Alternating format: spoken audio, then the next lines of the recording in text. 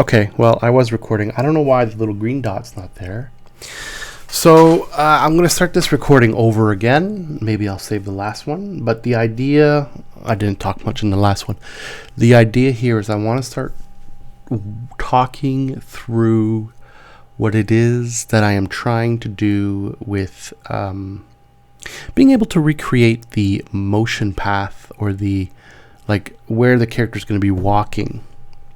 Saving that onto the character and being able to keep it on that character.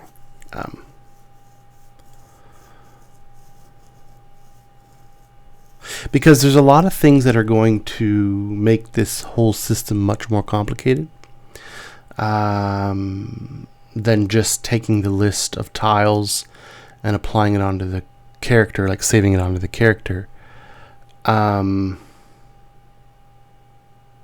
There's going to be, different input methods and things like that. So I kind of want to break down the movement system. The movement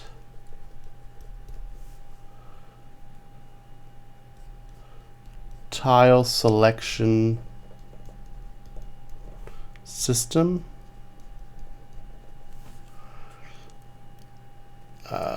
And the scope also, really. I want to talk about the scope of it, because there's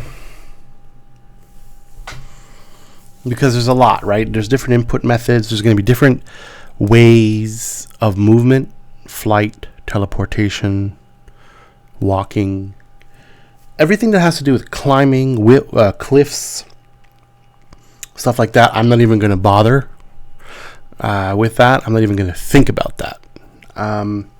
But there is going to be, walking is the main one, and that's the main one I'm trying to get working.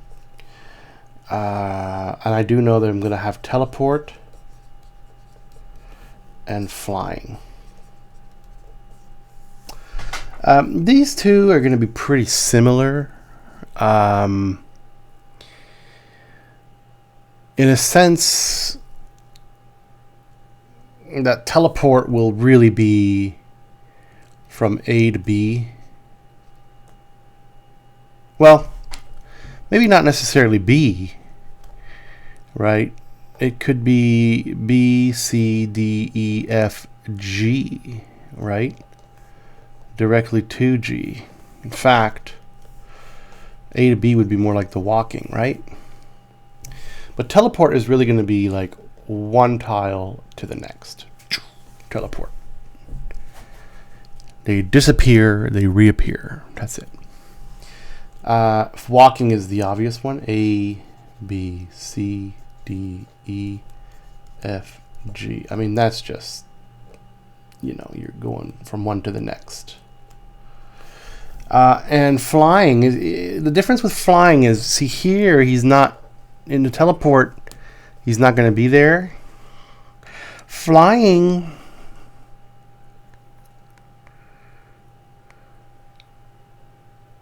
I think there could be a lot of interesting things. I haven't quite really put much thought into teleport and flying yet. I just know they're going to be there. But a few things. Flying could be one. Could be going from A to G.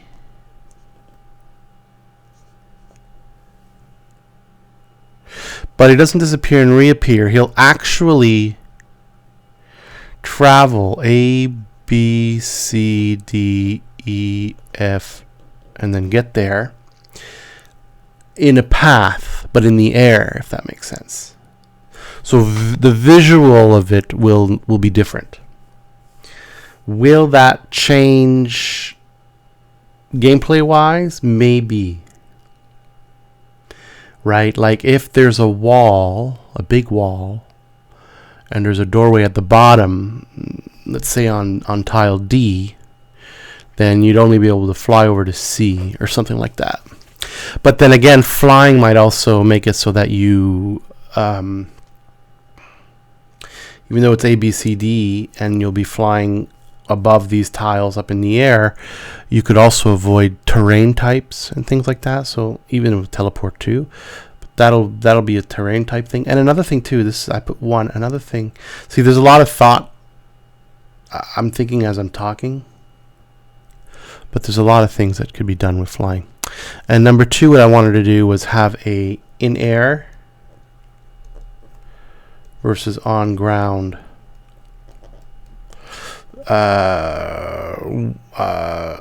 on final tile. Meaning perhaps, you know, he's on the ground here. He flies up, flies over to G, but on G at the end of it, he's still in the air. That would be the end of the turn. He's flying over G, and he stays flying. And the next turn, maybe he lands or moves somewhere else or something. And perhaps, too, there's something that needs to be taken into consideration on the flying is what is the actual air height, right? Maybe arrows and things could reach him. So I completely have cut this off, mostly because there's a lot of thought that needs to be put into this, and I'm not quite there yet. I need to get working. That's the main thing. But I need to know this is coming. And the reason why I need to know this is coming is because when I get to these systems, one of the system is going to be the input system.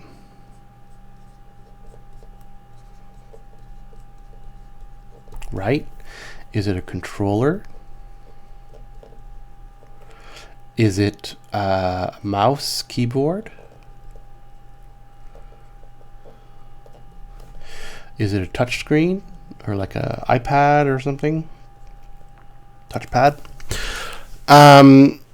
So that's one of the systems. And depending on the system, the way that the movement gets input is different. And depending on how the input gets put in, there's going to be other systems that help the player define the movement path. So, for an example, the controller, right? If I want to do, and if we just stay with walking at this point, I'm not thinking about teleport or flying, but if I stay with walking, I am drawing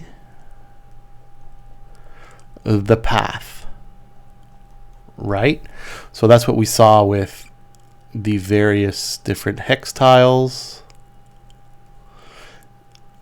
This is wrong, but and there's an arrow, and you rotate your arrow and you choose and you draw the path, and you add one to the next. B, you go back, and each time you do that, you add to the queue. That's with the controller, and that works really well. So that's one way of interfacing with the game. Another way is the mouse and keyboard. Now, the mouse and keyboard, I don't want to do this. I don't want to be clicking on each. Can I zoom in here? Yes, I can. Awesome.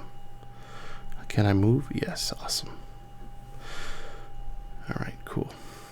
So I don't want to be clicking on each one with the mouse and keyboard. What I want to do instead, with the mouse and keyboard, I want to be able to hover over tile, right? And what's going to happen is when I hover over the tile is going to kind of like glow, right? Saying, hey, you're over this tile right now, right? And I can move around with the mouse, and all the tiles, they highlight.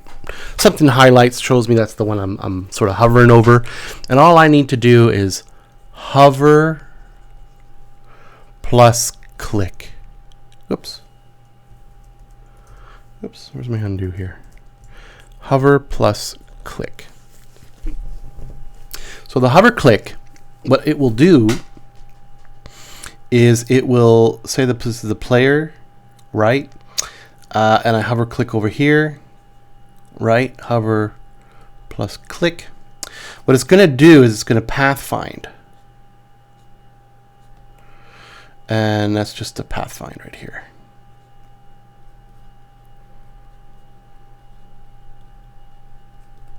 So it automatically draws the path for me. and I don't have to be doing it like the controller, which is drawing it myself. I could allow for the computer to take over and say, you just tell me where I'm going to go. I'm not going to care so much about it. That's what I want you to do. Now, pathfinding is giving that control over to the computer, and sometimes that's not going to be what the player wants to do, right? There are a couple reasons for that. But maybe I really want, instead of the computer pathfinding this path, maybe I want the computer to pathfind like this instead, right? So if the computer gives me a result that I don't like, and before confirming the move, I could force it by doing a right here, by doing a shift plus let me do maybe a hover plus shift plus click. So a hover plus shift plus click is to force a different path,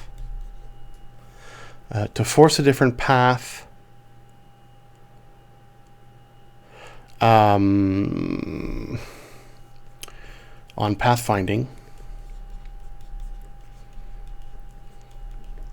by kind of adding additional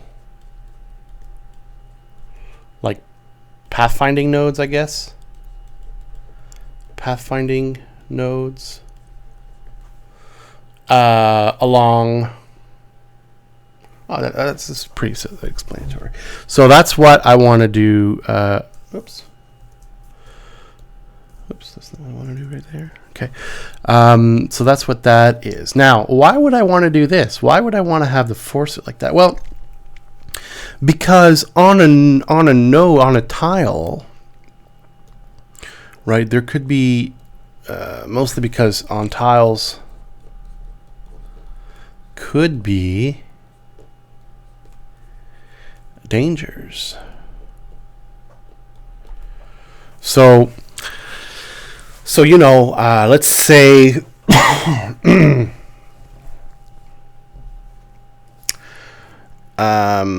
there's a zone around an enemy unit that if you go into, he automatically does a reaction and attacks you. You want to avoid that zone. So if the zone is like here and the player goes in and then back out, because he really wants to stay out right here. But the Pathfinder does a little thing like this.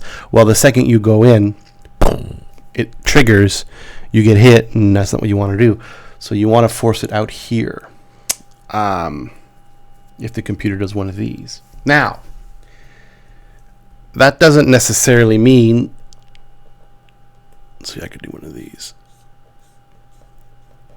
Avoid danger. Avoid danger, right? When pathfinding. Oh God. Pathfinding.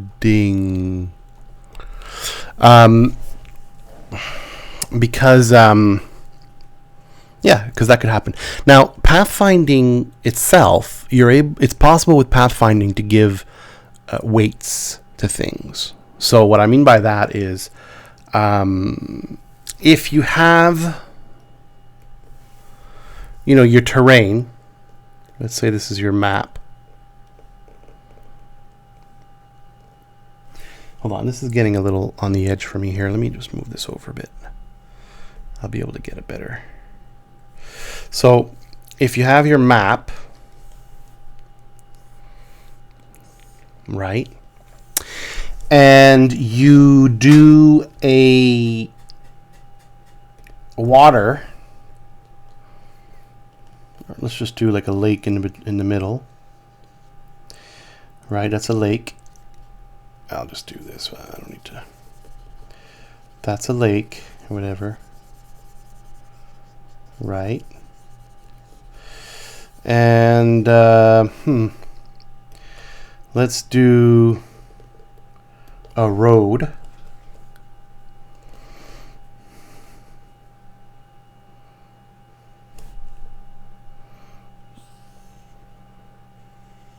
I'm just trying to think of where I'm going with this example. The point is that the road could have a lower resistance, kind of like electricity. The electricity will always go where there's the least amount of resistance, right? Eventually, if it has nowhere else to go, it will go through things like wood, or it will try to. But ultimately, it won't do that, right? So it's possible to give weights to these tiles when it's pathfinding, so it tries to do the most logical thing, right? So if you have a player, if you have a player here and you want him to go here, well, it doesn't make sense for him to go all the way over here and all the way over here and do this, right? It might make more sense for him to do this, right? But still avoid the lake. It also doesn't make sense for him to do this. Pathfinding could do that sort of thing. Or if you're here and you want to go here, right?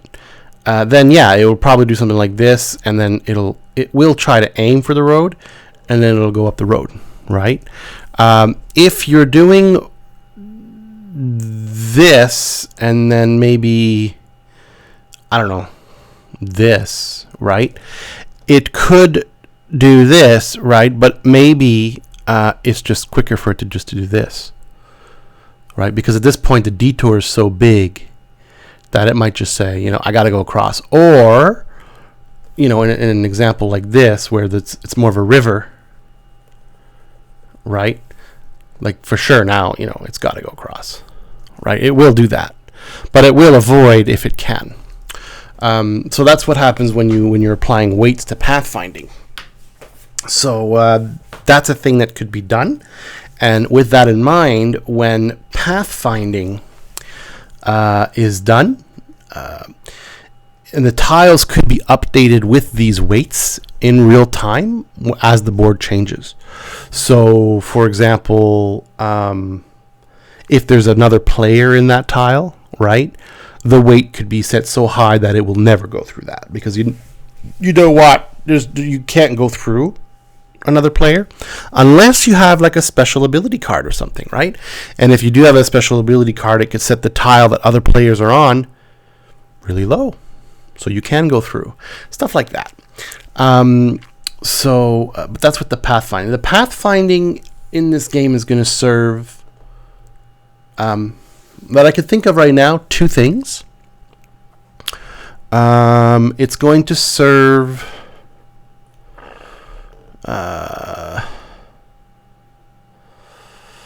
let's go back. Pathfinding will serve not only for this type of thing, right? When the player is clicking on the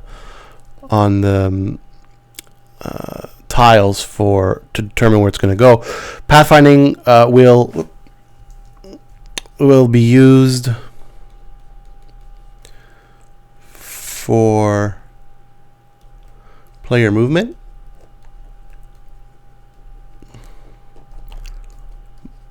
mouse input.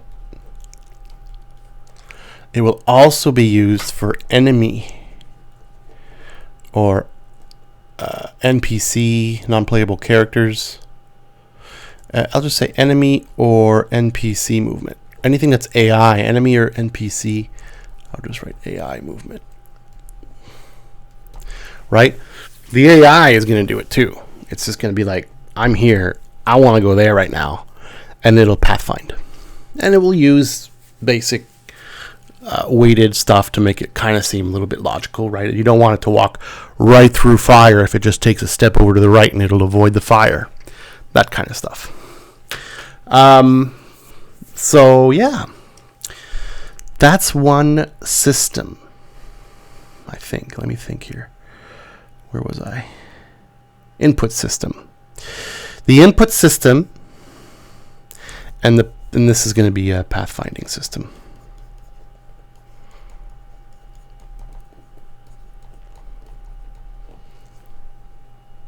The touchpad itself, so this one here is controller. Yeah, the touchpad itself will be similar to the mouse and keyboard. Just tap, tap. If you want to draw like a little bit more of a specific line, or you could just tap directly, it will automatically pathfind and just execute. So touchpad will be similar.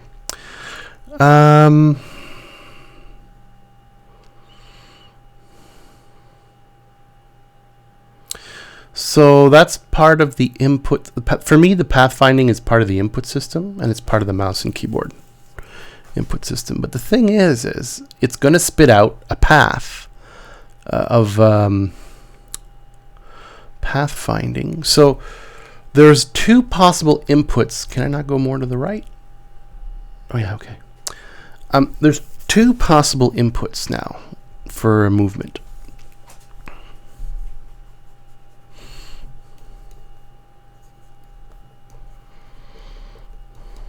Actually, no.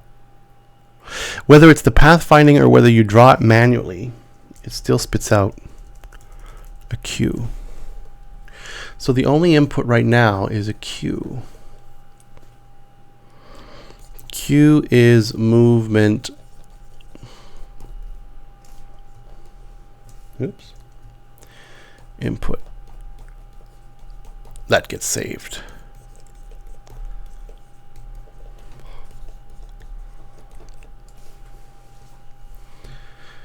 I'm thinking now. See, another thing too, I'm just thinking, because if I'm using, say I'm doing the controller, right? This one here. And I drew one that goes all the way to 3. I drew one that goes 1, 2, 3. And then as I'm drawing and I'm moving my arrow around, I grab my mouse and keyboard, and my computer receives an indication that I just randomly switched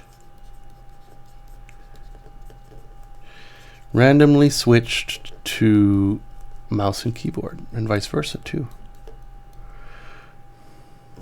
Then from here, I could just, it'll pathfind. I just need to click here, for example.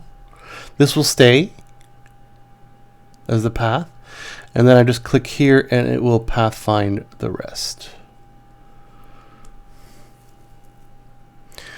What I could do then, I am thinking, what happens if I back out of it? See, if I'm backing out on this, shift click, right click or something, I'll just delete the whole thing. Backing out was to give a little bit more granular control for the key controller, being able to be out and change directions or something. But I think if I were to right click on the keyboard, I just on the mouse, it'll just remove the path and let me draw a new one. Or doesn't matter. This is kind of a bit trivial, really, but there's a possibility of that, switching from mouse to keyboard. I could just override it completely and delete it, and just, yeah, I'm just overthinking it. Okay. So what am I doing now? Right now in the game, what I'm doing is, as I'm drawing these, I'm drawing them on the board. Right, this is a problem. I think cue is movement input that gets saved. I need to change up my thoughts here, because what I'm doing right now is, as I'm drawing the path, I am saving in two places. I am saving on board, and I'm updating the colors. That's what I'm doing. And I'm also saving on character.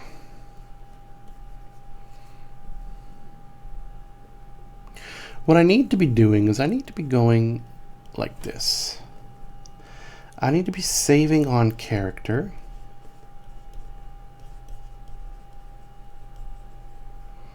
Then I need to be reading and updating, yeah, just updating colors.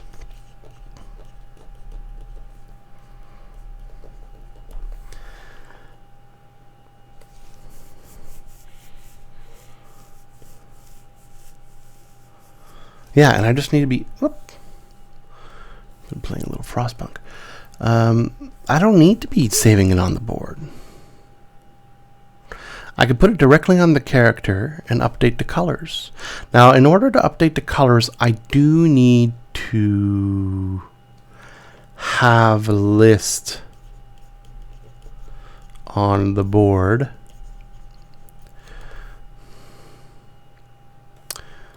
But I think I don't need to say this is the movement path. I could just say, you know, which one is the active character. Like I have a current tile, which is the one I'm using my arrow on, right? The arrow rotation stuff. I have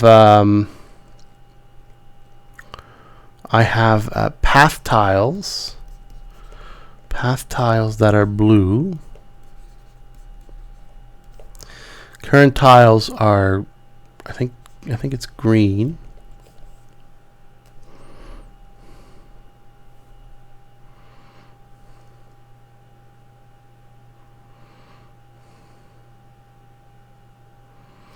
I have range tiles, which are gray. It's like where I'm able to move.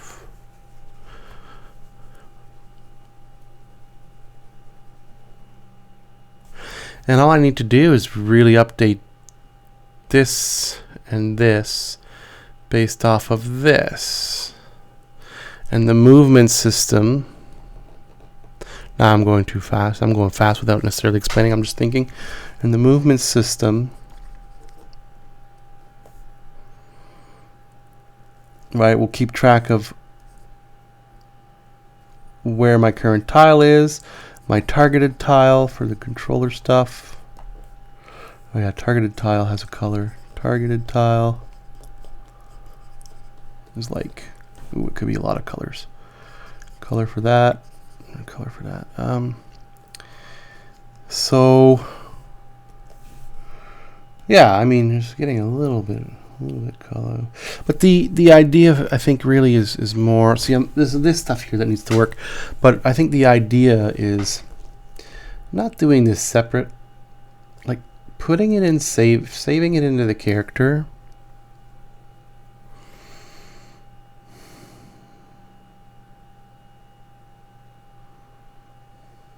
Yeah, I'm almost pretty much doing that, but I am doing it like this. I'm saving to the board and I'm updating the colors and I'm saving it to the character to be able to reconstruct.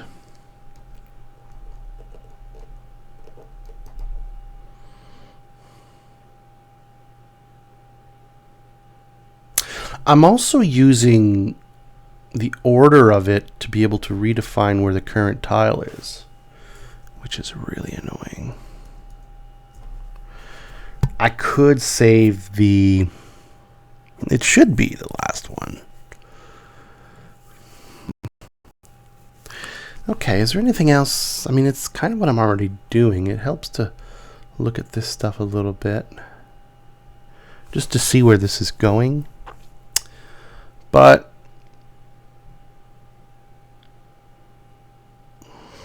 I could just try and keep hacking away at it, because this is what I am kind of doing right now.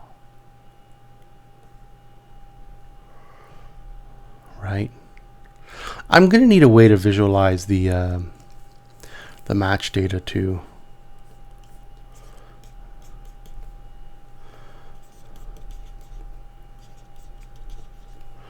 I'm not sure how I'm going to do that. Or I think there's a way to peek into the scripts and the variables in Visual Studio, but I don't know if that's going to be the best. I also don't want to necessarily script a whole tool that reads it all and prints it out in the UI. I'm not sure. But yeah,